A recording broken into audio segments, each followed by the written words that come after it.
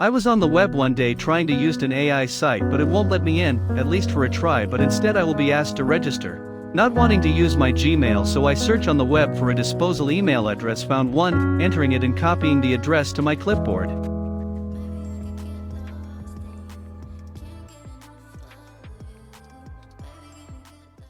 After that I went back to that site, register it with the same email address. And guess what, login successful.